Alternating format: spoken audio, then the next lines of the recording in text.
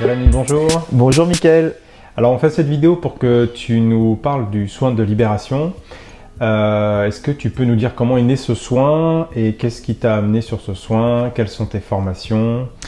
Ok, donc en fait moi j'ai subi ou eu une phobie sociale en fait vers l'âge de mes 15 ans jusqu'à presque plus de 10 ans en fait. Et j'ai cherché pour moi personnellement une technique pour me libérer. Donc au départ j'ai testé des thérapies en fait, mais qui n'ont pas fonctionné, hypnose, tout ça. Bon pour moi, je dis pas qu'elles sont pas. Et finalement un jour il y a un ami qui m'a présenté le Reiki. Donc en fait ça m'a fait tellement de bien que j'ai voulu me faire former à ça. Donc j'ai suivi trois niveaux. Et du coup c'est un soin énergétique comme du magnétisme japonais. En fait tu t'envoies de l'énergie à toi-même ou à quelqu'un si tu as envie, mais des bonnes ondes quoi si tu veux. Et du coup ça m'a aidé beaucoup à libérer, à me détendre, on va dire, à traiter l'après-phobie. Parce que la phobie sociale, j'étais tellement tout le temps en tremblement, le cœur qui palpitait, dès qu'il y avait du monde, même des amis, des personnes que je connaissais, dès qu'il y avait un peu trop de monde, à partir de 2 en général, ça devenait compliqué. Donc sachant qu'après dans la vie les entretiens, en grandissant, t'as plein de situations sociales quoi, c'est un peu le principe de la vie, ça devenait compliqué. Donc quand j'ai découvert ce truc de Reiki, ça a été super, je m'envoyais des bonnes ondes à un niveau perso en fait.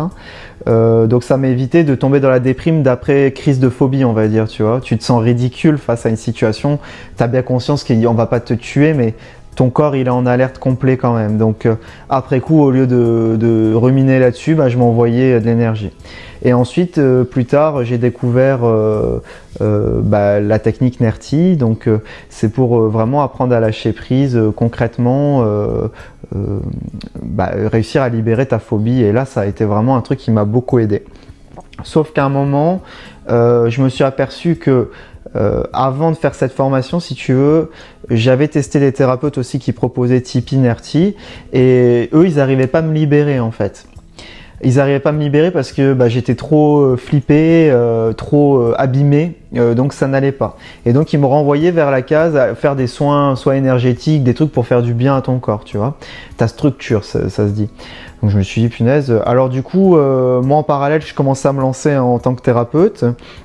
Et à force de comprendre ça sur moi, je me suis dit, tiens, pourquoi pas mixer ces deux approches. L'approche énergétique, donc Reiki, donc envoyer des bonnes ondes à la personne, on va dire, et l'approche NERTI, d'apprendre à lâcher prise en fait. C'est comme ça que c'était né, parce que je trouvais qu'il manquait des choses d'un côté ou de l'autre et que les deux n'étaient pas incompatibles en fait. Et quand tu parles de NERTI et du Reiki, tu as passé des niveaux Ouais, alors le Reiki, j'ai passé 3 niveaux. Et NERTI, je suis technicien NERTI quoi. Et donc après, je me suis réapproprié en fait ces techniques pour complètement reproposer ce soin de libération émotionnelle quoi. D'accord, donc en fait, le soin de libération émotionnelle, c'est vraiment c'est un mélange, on va dire, de plusieurs méthodes que tu t'es appropriées. Oui. Et concrètement, alors comment ça se passe en séance pour les personnes qui viennent? Alors en fait, les personnes viennent, alors pour ceux qui viennent, ou ça marche aussi sur Skype ou par téléphone d'ailleurs, l'idée c'est en fait de se laisser immerger par le stress qu'on ressent, au lieu de lutter contre. Donc c'est du lâcher prise en fait, c'est de la pleine conscience si tu veux.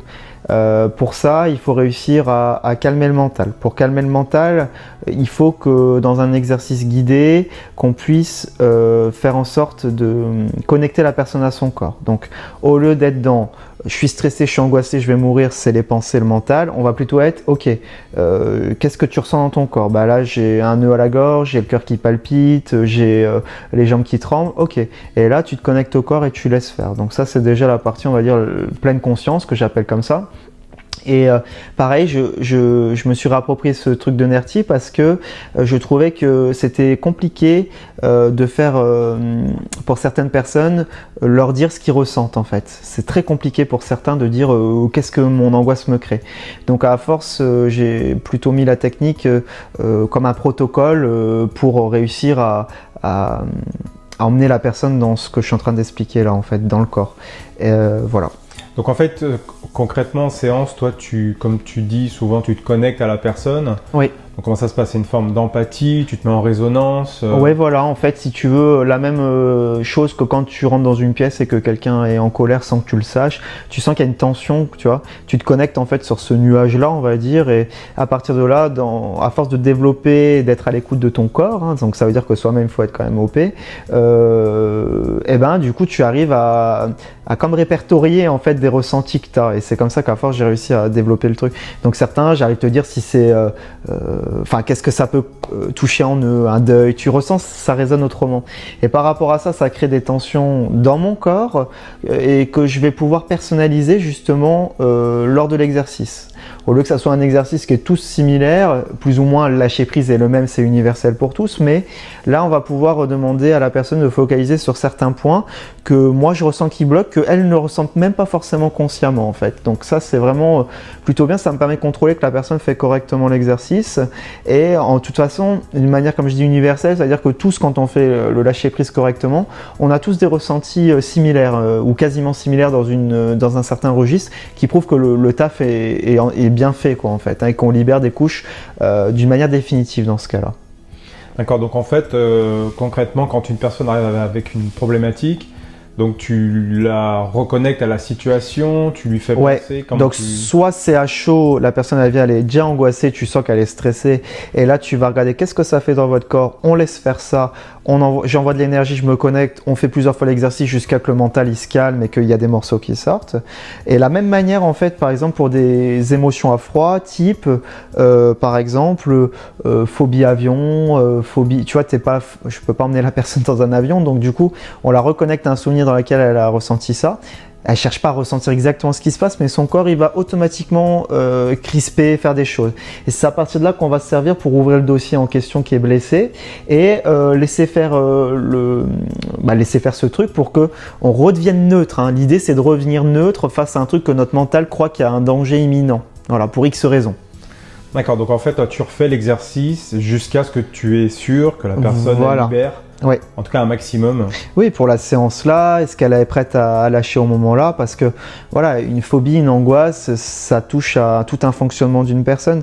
Ça a toujours une symbolique. Hein. Par exemple, on l'a déjà dit dans les vidéos phobies, tu peux être sur l'autoroute et en fin de compte, ton inconscient, ce qu'il fait, c'est simplement de nous donner le signal que j'ai peur d'avancer dans la vie en fait. Donc là, il te le met sur une phobie autoroute.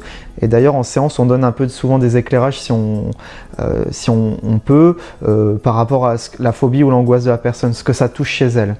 Voilà. Donc. D'accord. Donc, et la question qui nous est souvent posée, en combien de temps il faut pour libérer? En fait, donc ça dépend, comme je dis, comme une phobie, c'est un fonctionnement en fait, par rapport à qui on est. Tant que tu n'as pas réussi à changer ce fonctionnement, l'angoisse ou la phobie ou le stress va rester là. Pourquoi? Parce que tu es en train de forcer quelque chose qui n'est pas naturel en toi en réalité. Tu vois, parce que tu te dis que, exemple, là hier j'avais une personne qui était angoissée parce que en me connectant à elle, je sens que c'est parce que cette personne ne sait pas développer son ego, elle veut faire plaisir toujours à tout le monde et elle place tout le monde en priorité avant elle-même. Tu vois, angoisse. Pourquoi? Parce que naturellement elle le fait comme ça, mais c'est pas naturel pour qui elle est au fond d'elle, tu vois. Donc l'idée c'est d'aller se servir de cette angoisse qu'elle ressent au moment où elle est venue hier, libérer ce morceau-là, qui insinue pas qu'elle lâche l'angoisse, mais qu'elle est en train de faire des mises à jour pour aller dans le sens que là je viens de te décrire en fait pour elle. Donc si en plus nous on peut lui donner un peu la direction, ça peut aider aussi.